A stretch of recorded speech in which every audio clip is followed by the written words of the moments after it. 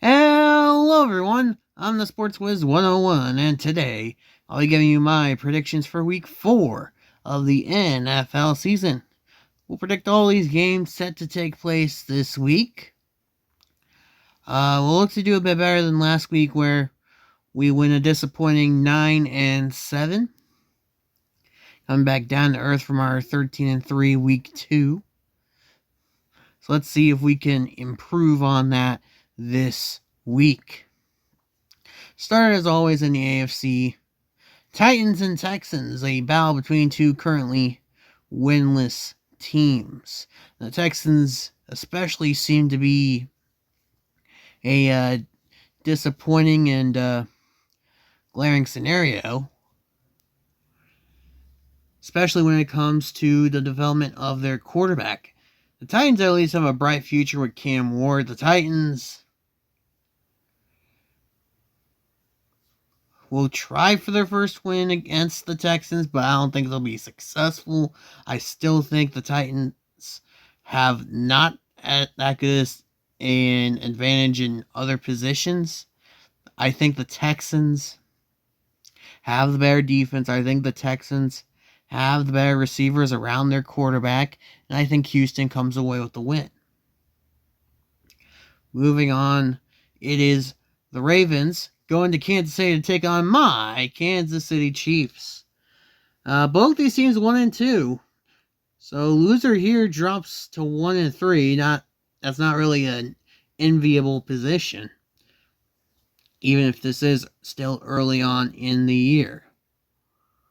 And I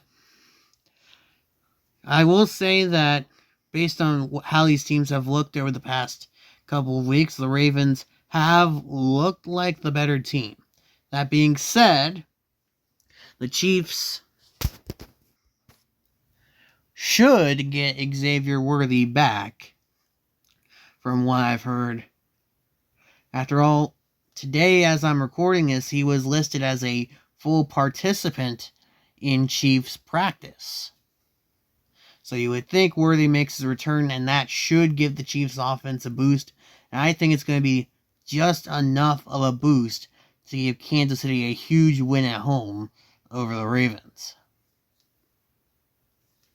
That takes us to Monday Night Football. Another battle between winless teams. It's the Jets and the Dolphins going at it down in Miami.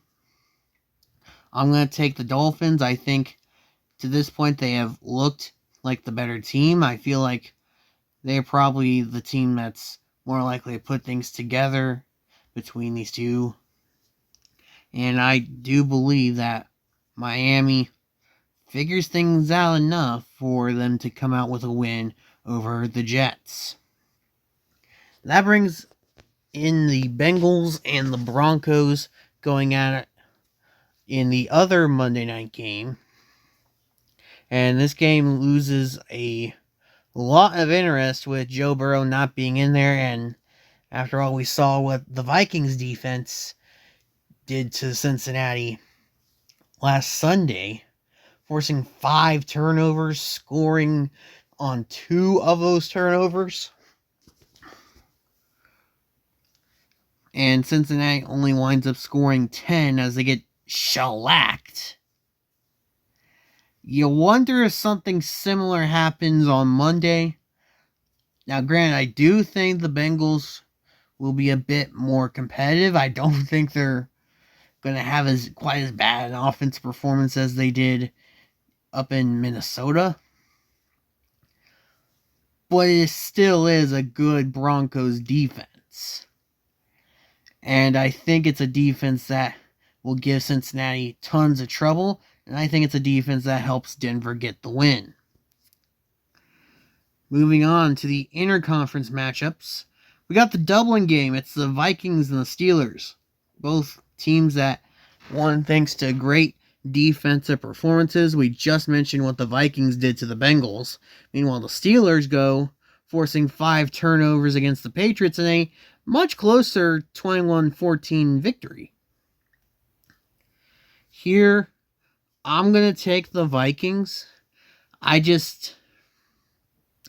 think with Carson Wentz at quarterback, this offense looks better.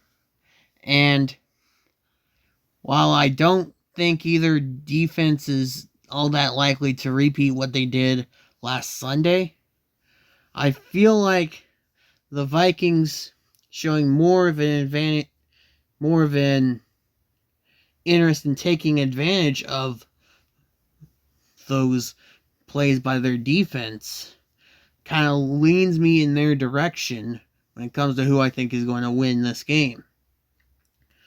Well, back to the games on our side of the pond. Here is Carolina and New England going at it over in Foxborough. I will take the Patriots here. I at this point I think I like Drake May a bit more than Bryce Young, and that's doing a lot of the work in this prediction. I feel like Bryce Young will go back to being a below average quarterback for this game. I think New England will be able to move the ball against that Panther defense, and I think New England gets a win. Maybe even a convincing win. Chargers and Giants will go at it. New York's apparently going to start Jackson Dart under center for this one, and he will be the starting quarterback going forward for the New York Giants. Taking on a Chargers team that once again has proven to have a good defense. So not going to be the easiest start in the world for Jackson Dart to make his NFL debut, at least as a starter.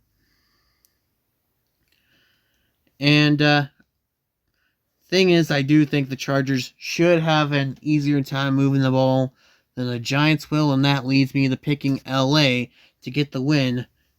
4-0 start for the Chargers. Of course, this being the first game outside the AFC West. Here comes my lock of the week. I'm taking the Bills to take down the Saints. I mean, the Bills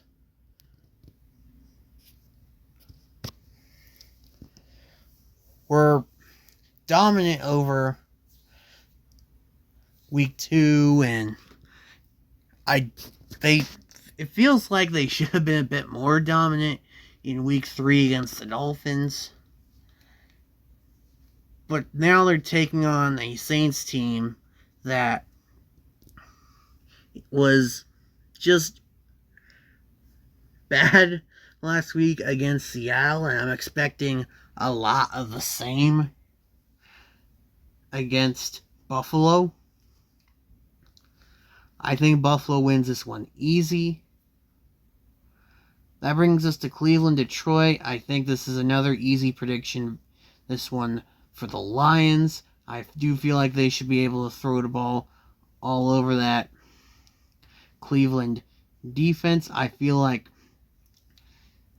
their offensive line can present challenges to the Browns that maybe they haven't quite seen. And I feel like Detroit comes away with another dominant victory. Then comes a more interesting one. It's the Colts off to their 3-0 start, taking on a Rams team that was a couple of blocked field goals away from potentially being 3-0 themselves. Here, I feel like this is where Indy comes back down to earth a little bit. I'll take the Rams to get the win at home over the Colts. I do feel like the Rams defense is well equipped to contain Jonathan Taylor, which will then leave Daniel Jones to have to try to win the game himself. And I don't think he'll be able to do that against this Rams defense.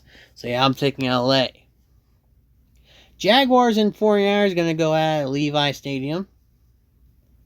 The 49ers still unbeaten despite all the injuries they had. Losing George Kittle, losing Brock Purdy, having to depend on Mac Jones under center. And I think they get another win here against a Jaguars team that I just don't trust them offensively even still. We're 3 games into the season. The only real good game the Jacksonville offense has had seems like it's against those bad defenses. Cincinnati and Carolina come to mind. the Niners do not have a bad defense. I do think the Niners offense does just enough to get the win in this one, and they can largely thank the defense. Chicago and Vegas will go at it over at Allegiant Stadium. And call me crazy, I like Chicago here, especially after what they did last week to the Dallas Cowboys. I do feel like Caleb Williams will be on his game.